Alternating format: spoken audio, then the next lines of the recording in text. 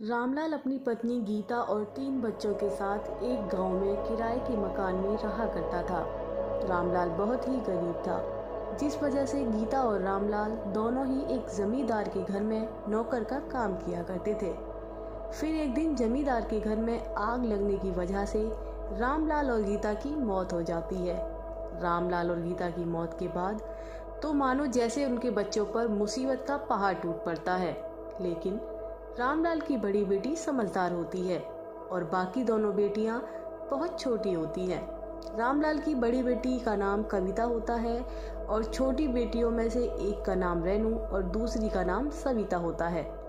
भगवान, ये क्या कर दिया? हम तीनों बहनें तो अभी छोटी हैं, अब हमारा क्या होगा? आगे का जीवन कैसे कटेगा? भगवान, तूने हमें ये कैसी सजा दी है? रामलाल और गीता को मरे कुछ दिन बीत जाते हैं और उनके घर में खाने का सामान खत्म होने लगता है कि तभी एक दिन उनका मकान मालिक आता है और बोलता है, तुम सभी अब बिना पैसे दिए इस मकान में नहीं रह सकते। अगर तुम्हारे पास देने के लिए पैसे हैं तो मुझे दे दो और यहाँ रह लो, नहीं तो मेरा मकान खाली कर दो। सेठ जी, हम बच्चे कहाँ जाएंगे? हम लोगों के पास किराया देना तो दूर की बात है, हमारे पास खाने तक के भी पैसे नहीं हैं। हमें कुछ दिन यहाँ रहने दीजिए, मैं कुछ ना कुछ इंतजाम कर लूंगी, फिर हम यहाँ से चले जाएंगे। नहीं नहीं, मैंने यहाँ कोई खैरात नहीं खोल रखी है जो किसी को भी ऐसे ही रहने दूं। पैसा है तो बोलो, नहीं तो निकलो मेरे घर से। कविता मकान मालिक से बहुत विनती करती है, लेकिन मकान मालिक कविता की एक नहीं सुनता और कविता और उसकी दोनों बहनों को घर से बाहर निकाल देता है। मकान के बाहर खड़े होकर कविता कुछ सोच ही रही होती है कि तभी रेनू बोलती है, दीदी, मुझे भूख लगी है, मैंने कल से कुछ नहीं खाया है। कि तभी वहाँ एक आदमी आता है और बोलता है, अरे बच्चों, तुम तो रामलाल जी के बच्चे हो ना? बहुत दुख हुआ रामलाल जी और कविता जी की मौत की खबर सुनकर। बहुत ही भले आदमी थे बेचारे, मैं उनका बहुत खास हूँ। कविता रमेश को अपनी स्थिति और मकान मालिक के बारे में सब कुछ बताती है और रोने लगती है। हे भगवान, ये कैसा न्याय है तेरा? इन बच्चों ने किसी का क्या बिगाड़ा है जो तू इन्हें इतनी भयानक सजा दे रहा है? तुम चिंता मत करो बच्चों, तुम्हारे पिताजी मेरे बहुत खास थे। चलो तुम सभी मेरे घर चलो, जब तक तुम्हारे रहने का कोई इंतजाम नहीं हो जाता तब तक तुम सभी मेरे घर पर ही रहना। तुम्हें अब किसी बात की चिंता करने की कोई जरूरत नहीं है। रमेश तीनों बच्चों को लेकर अपने घर पहुंच जाता है और अपनी पत्नी सरला से कहता है, अजी सुनती हो? ये देखो, तीनों बच्चे मेरे खास दोस्त रामलाल जी के बच्चे हैं। उनकी मौत हो गई है, इनके रहने का इंतजाम होने तक ये बच्चे हमारे घर में ही रहेंगे। क्यों क्यों? यहाँ क्यों रहेंगे?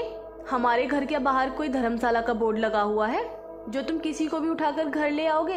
ये यहाँ नहीं रह पाएंगे, इनसे कहिए अपना ठिकाना कहीं और देख लें। अरे ये क्या कह रही हो? इनका कोई सहारा नहीं है, कहाँ जाएंगे? बेचारे बच्चे हैं, तुम तो जानती हो ना जमाना कितना खराब है। ठीक है, रह लेंगे यहाँ, लेकिन इन्हें कहिए कि ये अपना इंतजाम जल्दी से जल्दी करा लें, ऐसे मुफ्त में ज्यादा दिन यहाँ नहीं रह सकते। सरला बच्चों को घर में रखने के लिए मान जाती है। अगली सुबह होती है और रमेश अपने काम पर चला जाता है। तभी सरला कविता और उसकी बहनों के पास आती है और कहती है, तुम तीनों क्या सिर्फ मुफ्त की रोटियां ही तोड़ोगी? चलो, एक खाना बनाएगी, दूसरी पोछा लगाएगी और तू सारे कपड़े धुलेगी। रहना है यहाँ तो काम करना पड़ेगा। तीनों बहनें सरला की बात मानकर चुपचाप काम में लग जाती हैं और शाम हो जाती है तो रमेश अपने काम से घर वापस लौटता है और कविता को खाना बनाते देखकर बहुत गुस्सा होता है और सरला से बोलता है, सरला, मैंने तुमसे कहा था ना कि ये बच्चे छोटे हैं, इनसे काम मत कराना, लेकिन तुम अपनी जिद के आगे मेरी कभी नहीं सुनती हो। अरे अब आप क्यों फालतू में नाराज हो रहे हो? क्या हो गया अगर इन्होंने थोड़ा काम कर भी लिया तो? वैसे भी तो ये तीनों हमारे घर में ही पड़ी रहने वाली हैं अब। रमेश गुस्से में वहाँ से सोने चला जाता है और अगली सुबह सरला को अपने पास बुलाकर कहता है, सरला, मुझे कुछ दिन के लिए दफ्तर के काम से शहर जाना है।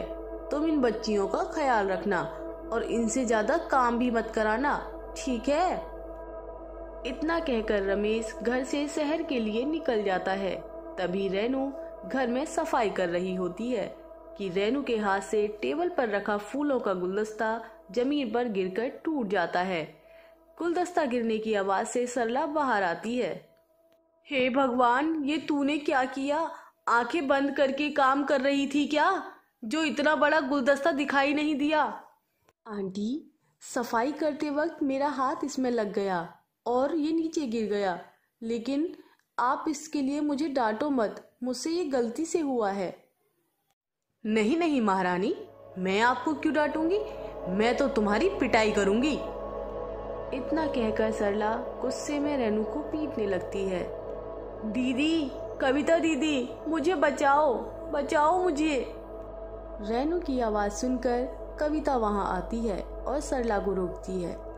सरला आंटी, आप बहुत बुरी हैं। हम तीनों बहनें पूरा दिन आपका काम करती हैं, लेकिन फिर भी आप हमें बहुत परेशान करती हैं। देखो तो सही, जरा सी लड़की मुझसे इतनी जुबान लड़ा रही है। रुको, आज तुम तीनों को सबक सिखाती हूँ। सरला गुस्से में तीनों बहनों को 2 दिन के लिए घर के गोदाम में बंद कर देती है और जब 2 दिन के बाद सरला वहां जाकर देखती है तो तीनों बहनों को मरा हुआ पाती है। हे भगवान, ये क्या हो गया? ये तीनों तो मर गईं। अब अगर रमेश को पता चलेगा तो वो मेरे साथ क्या करेगा? सरला तीनों की लाश को घर के पीछे के बगीचे में दफना देती है और जब रमेश आता है तो सरला से बच्चों के बारे में पूछता है। सरला, बच्चे कहाँ गए? तीनों में से कोई भी दिखाई नहीं दे रहा है। वो उनका कोई रिश्तेदार आया था उन्हें ढूंढते हुए, वही ले गया है। मैंने तो बहुत कहा कि रमेश के आने पर ले जाना, लेकिन उन्होंने मेरी एक नहीं सुनी और तीनों उसके साथ चली गई। तुम सच बोल रही हो ना? कहीं तुमने उनके साथ कुछ किया तो नहीं ना? तुम्हें मेरी बात पर भरोसा नहीं है क्या? इतना कहकर सरला और रमेश सो जाते हैं और सरला को आधी रात को रसोई से बर्तनों की आवाज आती है। सरला वहां जाकर देखती है कि कविता की आत्मा चुड़ैल के रूप में बर्तन साफ कर रही है। तभी उसे कपड़े धुलने की आवाज आती है। वहां रेनू की आत्मा कपड़े धुल रही होती है। सरला ये सब देखकर बहुत डर जाती है और भागकर रमेश के पास जाती है। रमेश, रमेश, रमेश, चुड़ैल, चुड़ैल, चुड़ैल। अरे, इतना डर क्यों रही हो? कहाँ है चुड़ैल? वहाँ रसोई में मैंने अभी एक चुड़ैल को देखा। रमेश रसोई में जाकर देखता है, लेकिन उसे वहाँ कुछ नजर नहीं आता और रमेश इसे सरला का वहम मानकर सो जाता है।